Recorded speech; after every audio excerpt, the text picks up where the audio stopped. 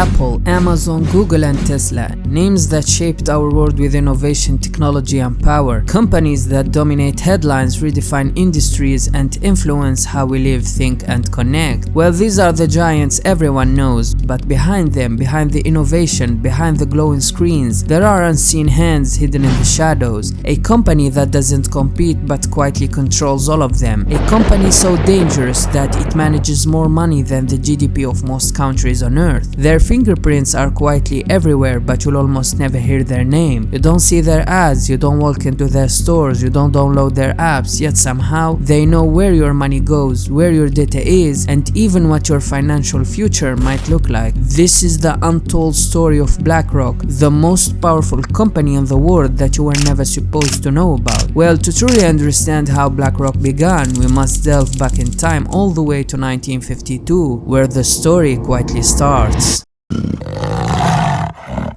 1952 was the year a boy named Larry Fink was born in Los Angeles into a wealthy family. He grew up with advantages most people never get, but for Larry, money and comfort weren't enough. He wanted something much bigger, power. At first he thought politics was the way to power. He studied political science at UCLA, dreaming of influencing governments. But soon he noticed something important. Politicians weren't the real decision makers. They were being controlled, and the ones pulling the strings weren't in government. They were the people with money. So Larry changed direction. If money controlled power, he would go where the money was. At UCLA, he wasn't just studying, he was building connections with powerful future leaders. He joined an elite secret society called Kappa Beta Phi, where he met people like Michael Bloomberg and future leaders of Goldman Sachs. These were not just friends, they were his future doorway into Wall Street. After graduating, Larry used these connections to land a job at First Boston, a major investment bank in New York. There he joined the mortgage bond department,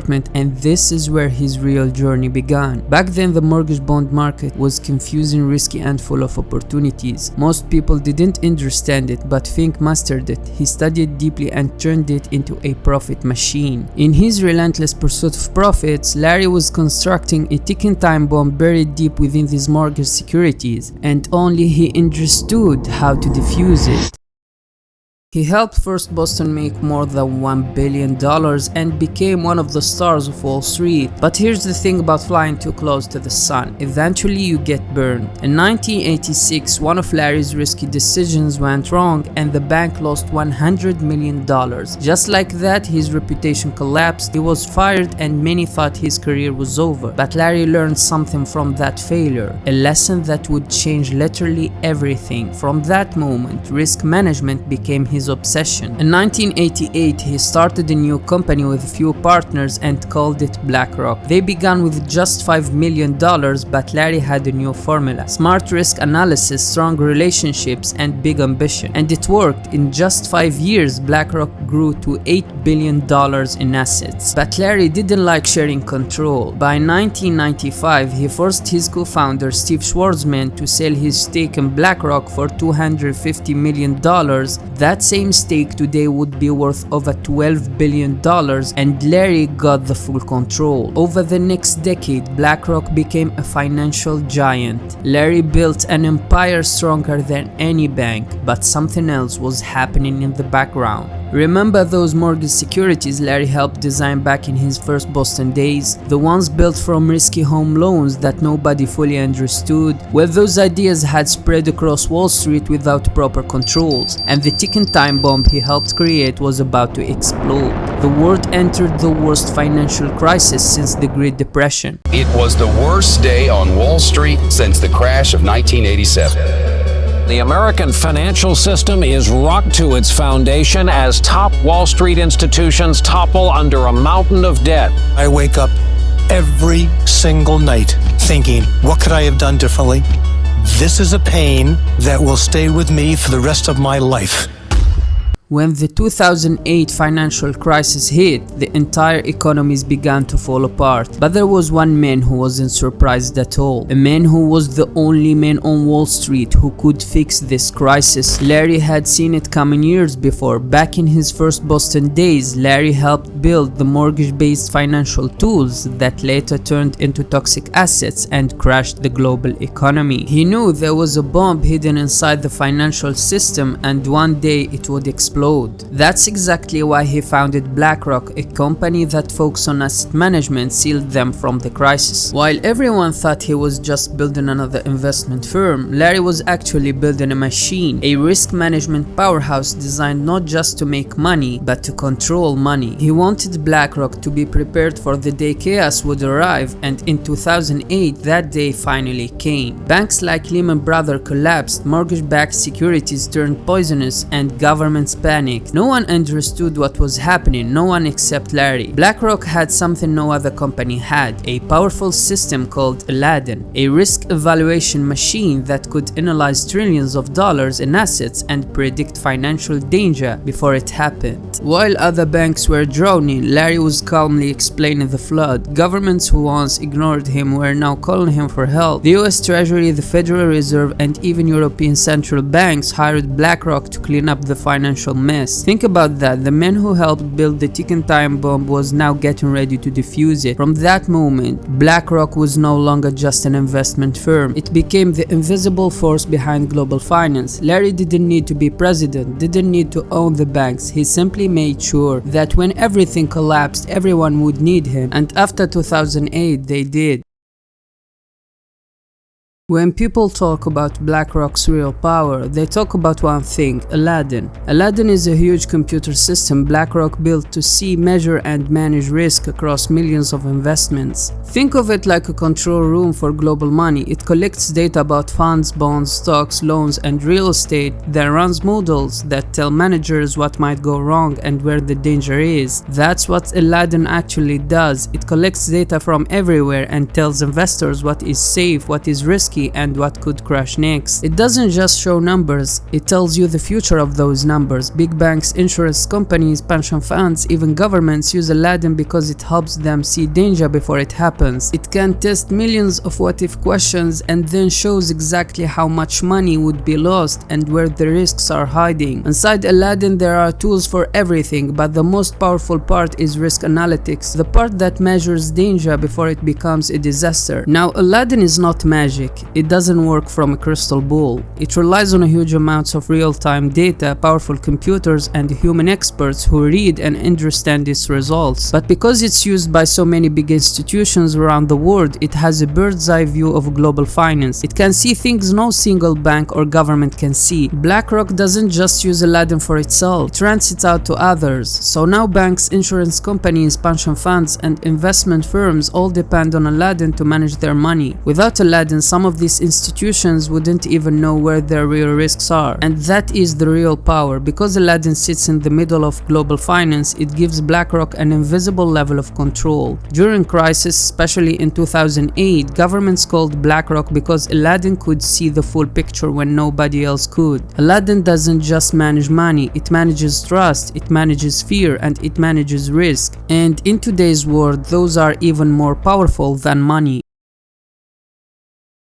When COVID-19 hit in early 2020, the world's biggest money manager was needed more than ever. The US Federal Reserve hired BlackRock to manage two huge programs, PMCCF and SMCCF. These programs bought corporate bonds and ETFs to keep money flowing in the economy. BlackRock didn't just advise, it ran the programs directly. At the same time, scared investors moved their money to safer places. In the third quarter of 2020, BlackRock saw $129 billion of new money coming in, mostly into bonds and cash management funds. People wanted safety, and BlackRock's bond funds looked like a safe choice. BlackRock's profits jumped too. Its income grew because of its mix of businesses and technology tools like Aladdin, which helps manage risk. Its 2020 annual report shows that money in bonds and ETFs increased a lot. BlackRock also shared advice. In a 2020 white paper, it explained how the pandemic revealed weak spots in financial markets and how its risk tools could help stabilize them. Another internal report explained that bonds are especially vulnerable in crisis, and BlackRock's approach, combining bond funds, liquidity strategies, and risk analysis, could protect investors. In other words, while the world was reacting, Larry was strategically gaining power, laying the groundwork for a future where BlackRock isn't just an investment firm. It's a central pillar shaping the world economy, and that sets the stage for the next chapter: how BlackRock quietly owns pieces of the major companies that run the world.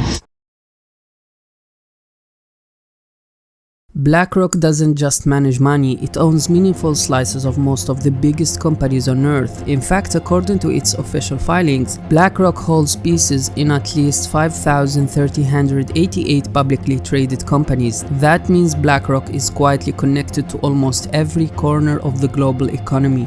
Take the oil industry for example. BlackRock owns almost 7% of Chevron and around 6.9% of ExxonMobil. These aren't small bets, they are big enough to give BlackRock real power when it comes to decisions about oil production, clean energy, and global energy policy. The same thing happens with consumer and media companies. BlackRock owns roughly almost 6% of Coca-Cola and about 8% of Pepsi, meaning the world's biggest drink companies have the same silent partner. In the world of media and technology, it owns around 6.1% of Meta, 6.4% of Warner Bros. Discovery, and about 13% of Comcast, which owns NBC, CNBC, MSNBC, and Sky. BlackRock control more than 90% of the media, which might also be why you've never heard of them, because controlling the media is a very important step for BlackRock to take over the world. But BlackRock's influence doesn't stop there. It also holds major positions in health and pharmaceutical companies, including giants like Pfizer, GSK, and Amway, companies that control vaccines, medicine, health supplements, and billions of dollars in healthcare products. These are companies that affect human life directly: what we consume, how we get treated, and how medicine is developed and distributed globally.